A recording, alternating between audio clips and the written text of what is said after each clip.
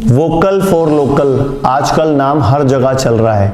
प्रधानमंत्री जी ने भी आत्मनिर्भर भारत बनाने का संकल्प सभी को दिया है, लेकिन क्या हम सच में आत्मनिर्भर बनने की तरफ बढ़ रहे हैं?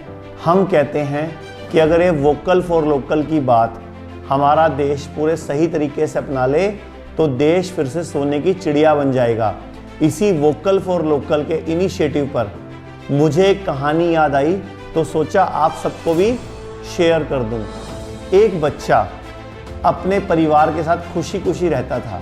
वो बच्चा बहुत ही ज़्यादा होशियार था और जब भी किसी को कोई भी परेशानी होती थी वो लड़का उस समस्या को ख़त्म कर देता था और वो लड़का समस्या को बड़ी होने ही नहीं देता था।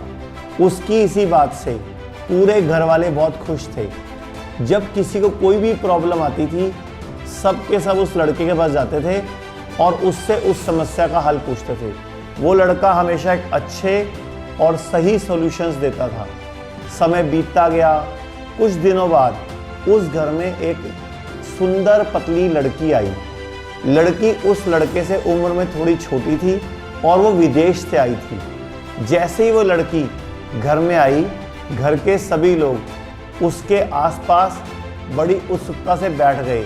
वो विदेश से कुछ ऐसी चीज़ें लेकर आई थी जो घर वालों को बहुत पसंद आ रही थी। धीरे धीरे वो लड़की भी सभी को पसंद आने लग गई, क्योंकि लोगों को लगता था वो हर प्रॉब्लम का इंस्टेंट सॉल्यूशन देती है, यानी कि जल्दी उपाय देती है।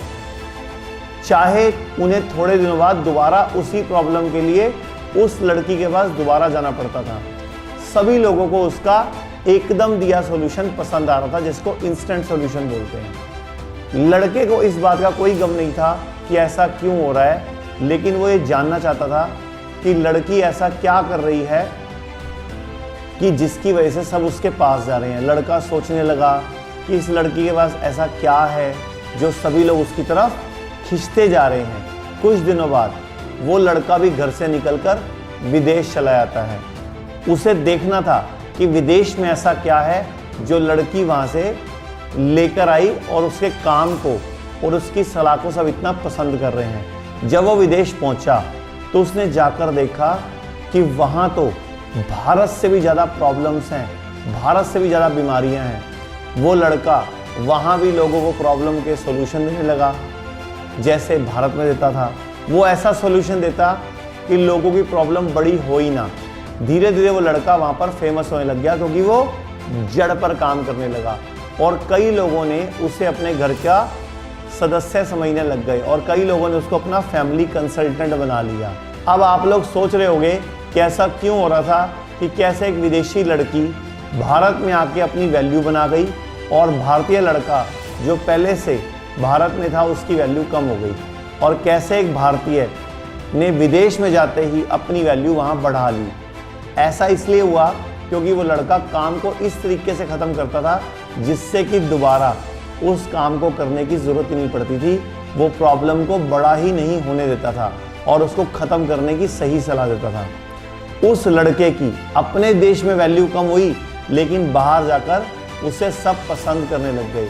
क्या आप जानते हैं हम किस लड़के और किस लड़की की बात कर रहे हैं? वो लड़का जो प्रॉब्लम को बड़ी नहीं होने देता था, सही सलाह देता था, हर प्रॉब्लम का सॉल्यूशन निकालता था, उसका नाम था आयुर्वेद। और जो लड़की उस लड़के के घर वालों को बहुत पसंद आई थी उसका नाम था एलोपैथी। तो अब आप समझ गए होंगे कि इस कहानी के माध्यम से मैं आपको क्या बताना चाह रहा हूँ कि हर कोई इस नई लड़की एलोपैथी के जाल में फंसता जा रहा है, जो कि अंग्रेजों द्वारा भारत में फैलाई गई और भारत में लोगों को अपने जाल में फंसाती जा रही है। ये आपको मालूम ही है। और आपको ये जानकर हैरानी होगी कि जब भी हमें कोई बीमारी होती है हम खुद ही बाज़ार चले जाते हैं, वहाँ जाकर कोई ना कोई दवा ले लेते हैं। और अगर आप बाहर के देशों में देखोगे तो आप जानोगे कोई भी वहाँ ऐसे ही किसी दुकान से दवा नहीं ले सकता। तो अरे भाई संभल जाओ, ना करो ना इन एलोपैथी दवाइयों का इस्तेमाल, आयुर्वेद को अपना लो। यही मौका है उस लड़के यानी कि अपने आयुर्वेद को अपने देश में पूरी तरह से वापस अपना लो और इस लड़की को छोड़ दो। इस लड़की की ज़रूरत सिर्फ हम इमरजेंसी यानी कि ऑपरेशन लायक तकलीफ या इमरजेंसी में रखेंगे। बाकी इस लड़के की सलाह हम हर वक्त लेंगे, यानी कि उस लड़के को यानी कि आयुर्वेद को दोबारा इस भारत में अपनाएंगे।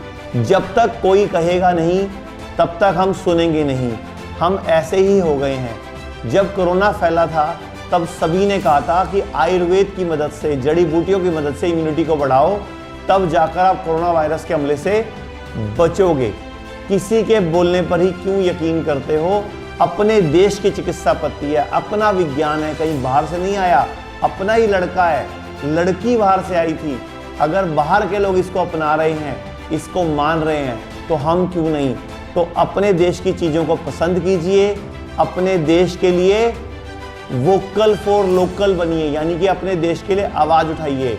अगर हर शहर, हर एरिया के आयुर्वेदिक डॉक्टर इतने सक्षम हो जाएं और इतना अच्छा इलाज करें, तो हर एरिया में उस लड़के की, उस आयुर्वेद की टूटी बोलेगी और लोग पहले आयुर्वेद में आएंगे।